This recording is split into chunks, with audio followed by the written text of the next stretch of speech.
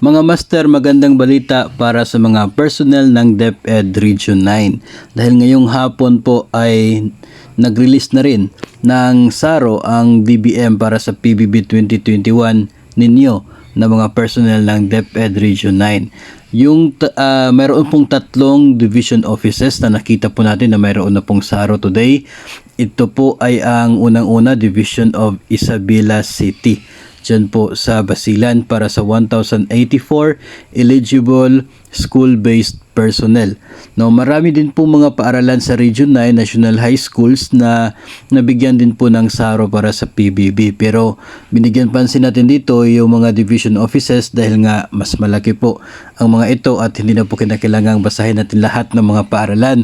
So mayroon na rin pong SARO itong Division of Zamboanga Sibugay para po sa 5,984 na mga eligible school-based personnel nila for PBB 2021.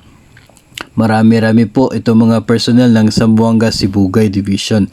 At isa pang division office din po sa Region 9 ang nakatanggap ng SARO ngayong araw, ang the Division of Zamboanga del Norte.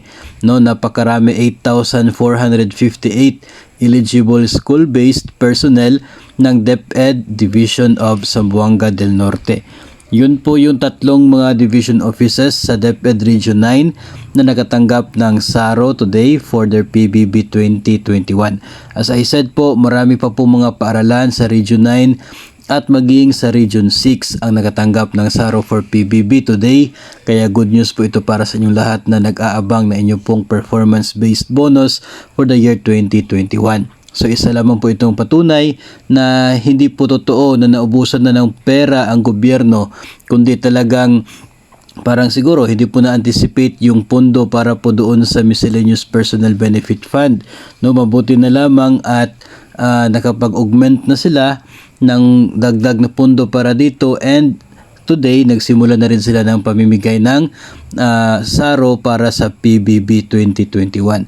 So para po sa mga iba pong mga ahensya, wala po tayo nakita na other agency ngayon, especially po doon sa mga PNP personnel na nag-aabang din ng kanilang PBB 2021. So far, ito mga division offices and schools ng regions 6 and 9 ng DepEd, yung mga mayroon pong SARO for today for PBB 2021. Patuloy pa rin po tayo mag-monitor sa SARO releases ng DBM, makasakaling isa na po ang inyong ahensya sa makatanggap ng allocation para sa PBB 2021.